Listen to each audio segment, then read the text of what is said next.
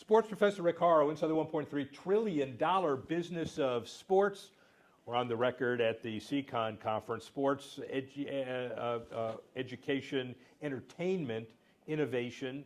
It's a conference that's held for its second year, over 100 speakers, over 500 attendees, and packed with academic extravaganza, not only from Syracuse University, who's a partner here with Circle on putting this together, but UNLV.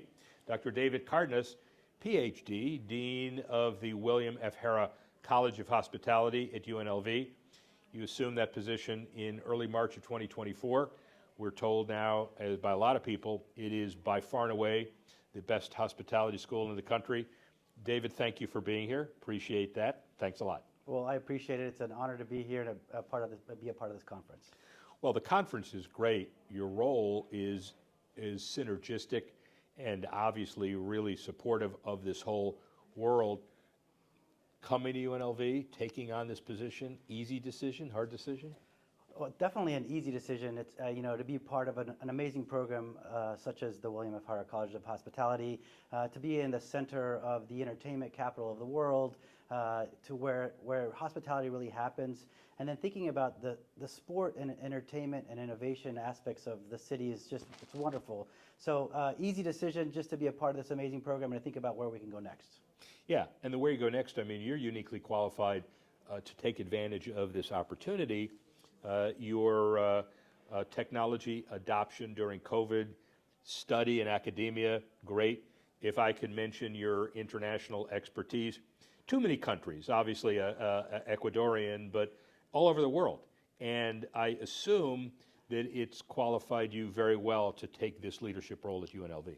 So yeah, and when you think about hospitality, you think about Las Vegas. It's an international destination. Yeah. People are coming all around the world for entertainment, to gamble, and recently Las Vegas has transformed into a sports. And thinking about what's going to be happening here in the United States, from the World Cup to the Olympics coming here, and having that part of what we do is just really important. So bringing in international tourists, but then also promoting it abroad, I think is a really important part of what we do.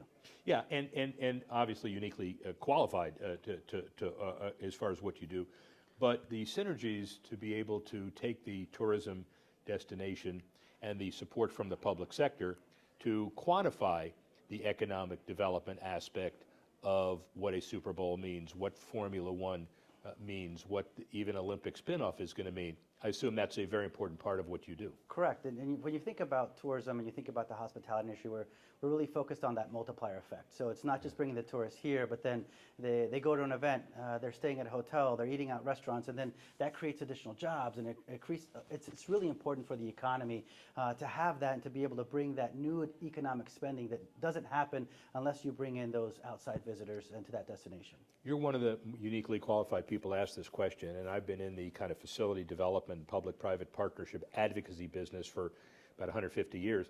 Why is it that people glaze over when you talk about the economic impact multiplier? That is the core of the, and it's so easy to prove, especially in a town like Vegas. Yeah, I think part of it is just that they don't think about it. They don't think about how those things are connected. Oftentimes people are focused about their one specific area, but they don't understand how it's connected to something else and how that builds upon each other. And without having those tourists here, we wouldn't have these amazing facilities. We wouldn't be able to have these jobs. And those things also not only support the entertainment and hospitality industry, but they support schools and they support hospitals and roads. And without them, we wouldn't have that. And it also decreases the taxes that the locals have to pay as part of that process. Tell me about the technology adoption during COVID work that you did. It sounds interesting. Yeah, so from an educational perspective, we realized that we were going to have to change what we did. Having students sit in a classroom and take classes in a face-to-face environment definitely is an option, but knowing that we could reach a larger audience and thinking about having virtual classes, thinking about those flipped classroom opportunities where we provided them with the information, they read it, and then once they were in that classroom, we really talked more about how to solve problems That's what we did. The technology has changed so much, and it's been something that we know that not only we have to adopt, but we have to make sure that we're training our students to be able to incorporate, because they're also going to have that in their workforce. One of those things is AI. So AI is revolutionizing everything that we do.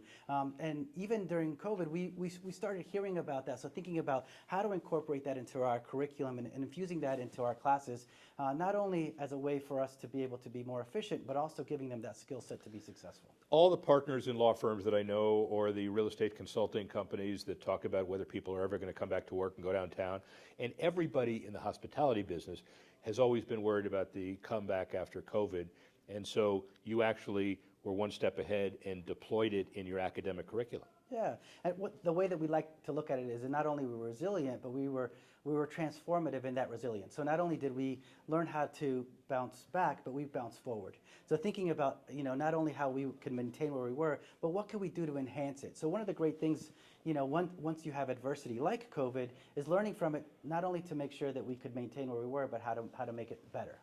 Yeah, and making it better is also something that had universal appeal, maybe not universal adoption, but everybody that is interested in wanting to succeed post-COVID wants to hear some of this stuff. Correct. Not just in the hospitality industry. Right. Right. Yeah.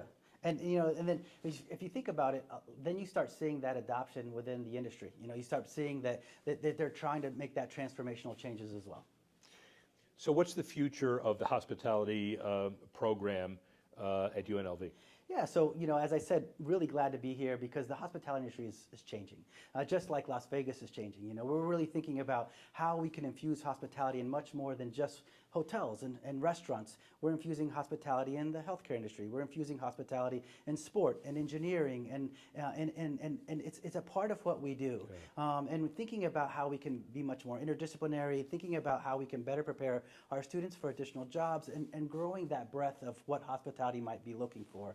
The hospitality industry is one of the highest grossing revenue sources in any city, in any destination. But then thinking about how we can infuse hospitality for doctors and for nurses. So when you're going into the hospital, they give you that same kind of feel like if you're in the Ritz, or having that feel when you're in a sports arena. So thinking about that and growing that breadth of knowledge is really important. The thing that's really important about this, ladies and gentlemen, is when you talk about the newest trends in facility stuff in my old world, it's maximizing the fan experience. What does it mean? Well, in the medical side, it's maximizing the patient experience. Right. They're going through enough, so they want to be happy. Your bottom line is keep them happy. They'll come back. They'll justify the existence. And it looks like you've got one step ahead on everybody else to try to create the academic formula to make that happen. Thank you. We're really trying. Absolutely. It's very important business. He's in the right place. He's the right guy. Dr. David Cárdenas, Dean of the William F. Horrow School of Hospitality at UNLV. Sports Fester Rick Horrow, speak with you soon.